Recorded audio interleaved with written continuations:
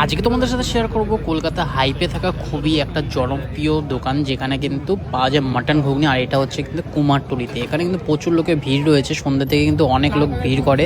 আর গঙ্গার ঘাটে এসেও বসে, অনেকে ফটোশ্যুট করে, কেউ আড্ডা দেয়, অনেক কিছু করে। তার সাথে সাথে এখানে কিন্তু পাওয়া যায় লালু ভুলুর সেই বিখ্যাত ঘুগনি, যেটা কিন্তু মাটনের চর্বি দিয়ে ঘুগনি, যেটা কিন্তু রিয়াজি মাটনের চর্বি দিয়ে ঘুগনিটা করা হয়।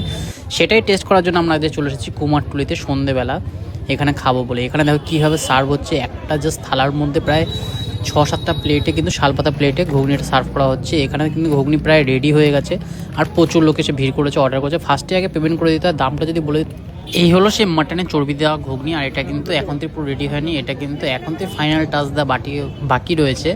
আর তার মধ্যে কিন্তু এখানে কটা প্লেট রয়েছে একবার দেখো, 6-7-8খানা প্লেট কিন্তু রয়েছে অলরেডি। ওপরে একটা সাজানো হচ্ছে, আর এখানে কিন্তু পেঁয়াজ দিয়ে দেওয়া হচ্ছে, কুচানো পেঁয়াজ দিয়ে দেওয়া হচ্ছে, মাটনের চর্বি আছে, আলু আছে, আর ঘুগনি আছে। এটা দিয়ে কিন্তু খুবই মানে কি বলবো, খুবই লাইট, অতিরিক্ত মশলা নেই। আর উপর দিয়ে কিন্তু একটু নুন ছিটি দেওয়া হচ্ছে, এটা কিন্তু কালা নামক বলে অনেকে, বিট নুন বলে। সেটা কিন্তু ওপর দিয়ে ছিটি দেওয়া হচ্ছে যাতে টেস্টটা আরও ভালো হয়। তোমাদেরকে একবার দেখিয়ে দিই ঝলকটা, এত সুন্দর কিন্তু ঘুগনি রেডি হয়ে গেছে। এটাই আমি তোমাদের সাথে আজকে খাবো আর শেয়ার করবো কীরকম কী হয়েছে। এখানে কিন্তু অলরেডি পরপর যাদের আগে থেকে অর্ডার দেওয়া আছে তারা কিন্তু নিয়ে নিচ্ছে। এরপর হচ্ছে আমাদেরটা তৈরি হবে, আমরা তারপর নিয়ে তোমাদের সাথে কিন্তু এই রিভিউটা দেবো, তোমাদের সাথে শেয়ার করবো। আর বলে দিই, তোমরা এখানে কিন্তু ঘুগনি ছাড়া জলের বোতলও পাবে, আর চাও পাবে। আর পাশে কিন্তু রয়েছে ভাপা চিকেন, সেটাও কিন্তু একটা স্পেশাল ট্রাই করে দেখতে পারো। চলে এসেছে আমাদের কিন্তু মাটন ঘুগনি। এবার কিন্তু গাড়ির সিটে রেখে ট্রাই করে দেখাবো।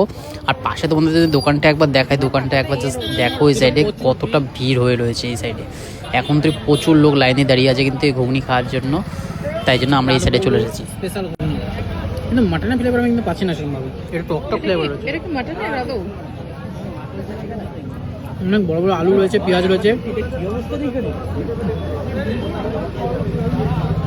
মাটনের চর্বি রয়েছে। এটা চর্বি রয়েছে, এই বড় বড় সাইজগুলো এটা মাটনের চর্বি। এগুলো এমনি ঘুগনিটার স্বাদ কেমন?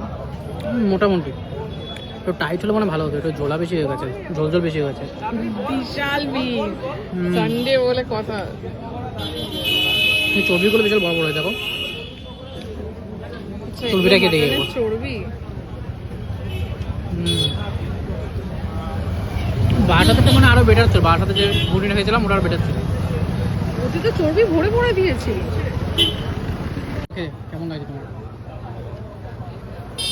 চর্বিটা তোমারটা প্রচুর দিয়েছে, আমারটাও কিন্তু চর্বি অনেকটাই রয়েছে। চর্বিগুলো একবার খেতে পারতো। মাটনটা ফ্লেভারটা একটু কম, বাসাতে যেটা খেয়েছিলাম ওটা ফ্লেভারটা বেশি ছিল। অ্যাকচুয়ালি এটাতে আমার মনে হচ্ছে যে টমেটোটা এমন বেশি হয়ে গেছে, এখন টক টক লাগছে। মানে হয় না কোনো জিনিস নষ্ট হয়ে গেলে যেমন টক টক ফ্লেভার আছে, তেমন এর থেকে বাসাতে ঘুগনিটা আরও টাইট ছিল, আর ঘুগনিটার টেস্টও ছিল।